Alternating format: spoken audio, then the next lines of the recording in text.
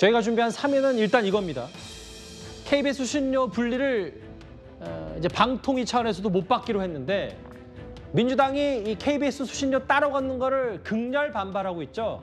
오늘 민주당 장경태 의원이 항의차 방통위를 방문했다가 이런 일이 있었습니다.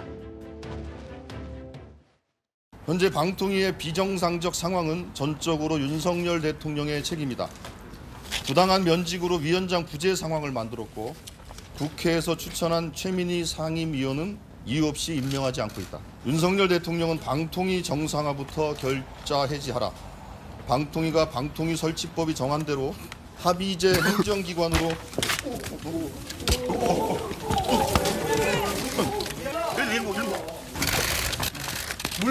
넥타이 풀어.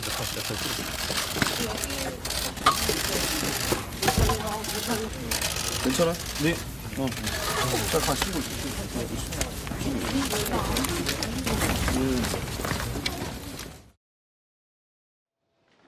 현장에 있던 취재진 동료들은 얼마나 놀랐겠습니다. 일단 오늘 방통위 항의차 방문했다가 실신을 했는데 과로 때문이었다는 얘기가 좀 나왔거든요. 그것은 아마 최고위 회의도 많고 최고위가 현장 방문도 많이 하거든요. 그리고 또 본인의 지역에 대한 행사도 있기 때문에 이런 현장들을 많이 방문하다 보니까 건강이 좀 해쳤던 것 같고요. 그래서 아마 빈혈이었다 이런 얘기들을 하고 있고요. 또 특히 KBS 수신료 분리 징수 관련해서도 본인이 적극적으로 의사표명을 하다가 하러 갔다가 현장에서 저런 일이 발생했기 때문에 저는 뭐 건강이 가장 우선 아니겠습니까? 정치도 중요하지만 그래서 좀 쉬면서 자신의 어떤 건강도 챙기고 또 그래야지 또 좋은 말들이라든가 좋은 정치적인 활동을 할 수 있으니까 그런 것들을 좀 유념해야 될 것 같습니다. 저 오늘 저 영상이 오전에 많이 온라인상에서 회자가 됐고 다행히 지금 저 때는 좀 상황이 많이 안 좋았던 장 의원인 것 같은데 오후에는 국회 본회의장에 출석을 해서 턱에 반창고 붙이고 좀 많이 나아졌다고 하더라고요. 근데 이제 저게 이제 일정 부분 그냥 단순한 해프닝일 수도 있는데 오후에 알려지기로는 이재명 대표의 강성 지지자들은 개딸로부터 좀 장 의원에 대한 후원금 릴레이도 좀 이어지고 있다고 합니다. 그러니까 이 오늘 쓰러진 게 뭔가 의도가 있는 거 아니냐 뭐 이런 해석인데 약간 저도 뭐 그렇게 생각하고 싶지는 않은데 제가 또 따로 받은 이 저 장면 저렇게 앉아 있는 사진 보면은 무릎에 이렇게 보호대를 찬 듯한 그런 사진들이 또 있어요. 이렇게 보면 이렇게 볼록하거든요, 무릎 부위가. 그러면은 평소에 저거를 지금 나오죠. 약간 그러면 저게 뭐냐? 예. 평소에도 저렇게 다닐 이유는 없을 텐데 오늘의 그 쓰러진 거를 미리 뭔가 계획하고 그런 게 아니냐라는 해석도 가능한데 예. 뭐 그건 본인만 알고 있겠죠. 뭐 건강 문제 가지고 제가 장경태 의원을 정치적으로 공경에 빠뜨리고 싶은 그런 발언하고 싶은 마음은 없습니다. 예.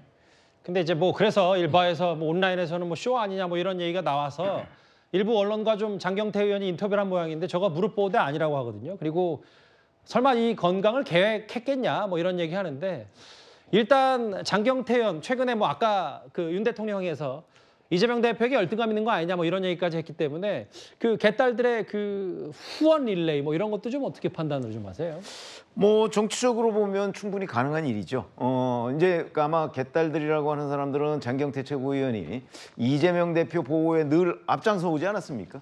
그러니까 아마 그 앞장서다 보니까 거기에 신경을 많이 쓴 나머지 뭐 저렇게 그 실신을 했다 뭐 이렇게 판단하고 싶은 개딸들도 꽤 있을 거예요. 이제 그런 사람들이 그 후원을 해주는 거로 보니까 뭐 그런가 하면 또 일부 이제 뭐 국민의힘 그쪽 지지자들이 이런 사람들은 이제 저 아까 얘기한 뭐 이상하긴 이상하잖아요. 본인은 무릎 보호대 아니라고 하지만 사진 보면 이상하니까 또 그런 걸 부각시켜서 뭔가 의혹을 제기하고 뭐 하는 것들은 정치에서는 늘 있는 일인데 예.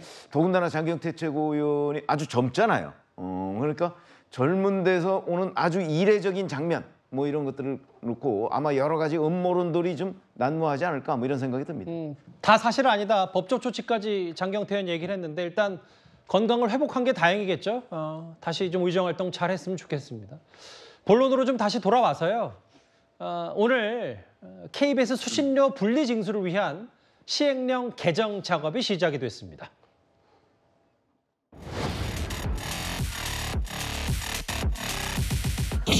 TV 수신료 분리징수의 목소리는 2만여 건으로 31.5%에 달했고 그 이유로는 사실상 세금과 동일하다. 방송 채널의 선택 및 수신료 지불 여부에 대한 시청자의 권리가 무시되었다 하는 문제를 제기하였습니다.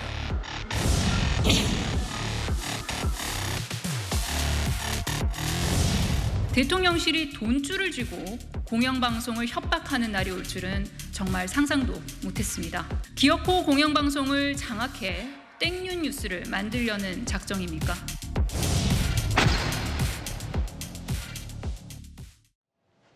방통위 차원에서 움직임이 좀 있었고 오늘 3명 위원 지금 방통위가 빈자리가 많은데 2대1로 가결이 됐다. 이제 시행령이 본격적으로 돌입이 됐습니다.